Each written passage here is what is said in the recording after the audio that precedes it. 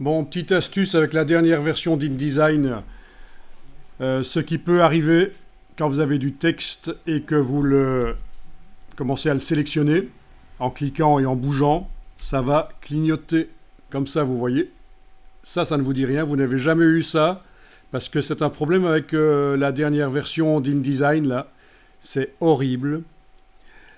Et il est possible qu'en upgradant le système, ça fonctionne, mais non, en fait, parce que maintenant que j'y pense, le problème c'est que InDesign, sachez-le, n'est pas prêt, n'est pas adapté aux puces M2, ni M3 d'ailleurs, de Apple. Donc si vous avez un ordinateur avec une puce M2, voilà, comme moi, ou M3, encore plus récent, InDesign n'est pas encore totalement développé pour cette version-là du processeur et de la carte graphique intégrée tout en un Apple. Et ça explique qu'on a des petits bugs comme ça. Alors, l'astuce pour s'en sortir, c'est ça. Là, je ne l'ai plus. Vous voyez la différence? Là, je l'ai. Ça clignote, c'est horrible.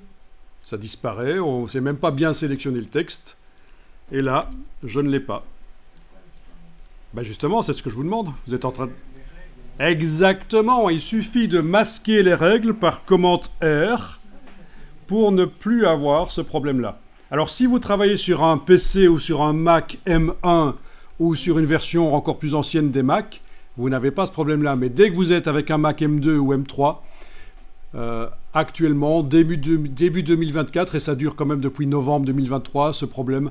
Voilà. Mais donc, il faut juste masquer les règles et ça marche. Ah tiens, tant qu'on y est, j'ai mis du lorem ipsum. Première chose à dire sur le lorem ipsum, quand vous faites un mock-up, quand vous faites une présentation, n'utilisez jamais du lorem ipsum, utilisez du vrai texte. De nos jours, ChatGPT peut vous générer facilement du texte et vous utilisez du vrai texte en français ou en anglais. Ça fera, votre mock-up sera plus sérieux. Donc le lorem ipsum, pour les mock-up, contrairement à ce qu'on pourrait croire, il vaut mieux oublier. Ça sera plus pro si vous utilisez un vrai texte, même si ce n'est pas le texte qui sera utilisé finalement. Ceci dit, est-ce que quelqu'un sait me dire ici pourquoi le lorem ipsum est entièrement souligné en rouge? C'est pas dans le dictionnaire du truc. D'abord, dans édition orthographe, la vérification orthographique dynamique est enclenchée, comme dans Word. Dès qu'un mot est faux, ça souligne. Ensuite, si je sélectionne le bloc et que je vais dans menu texte caractère, excusez-moi, menu texte caractère, voilà. Il est indiqué ici la langue du texte, c'est super important, surtout si vous avez un document avec plusieurs langues, il faut indiquer la bonne langue pour la césure, l'orthographe, voilà. La langue du texte. Et tout au-dessus de la liste des je ne sais combien de langues qui existent, 27 à peu près là peut-être, ou 40, je ne sais pas, j'ai pas compté, vous avez ici aucune langue. Et là, dès qu'on met le lorem ipsum en aucune langue, le correcteur orthographique ne souligne pas. Ça, c'était juste une petite astuce.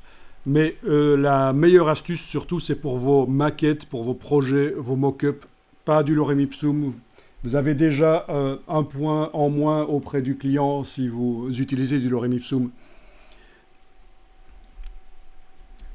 Donc vous connaissez ChatGPT et tous ces générateurs de texte maintenant, c'est très facile. Avant, on allait copier-coller un truc de Wikipédia, mais maintenant, sur un sujet particulier, on peut demander un texte rapidement.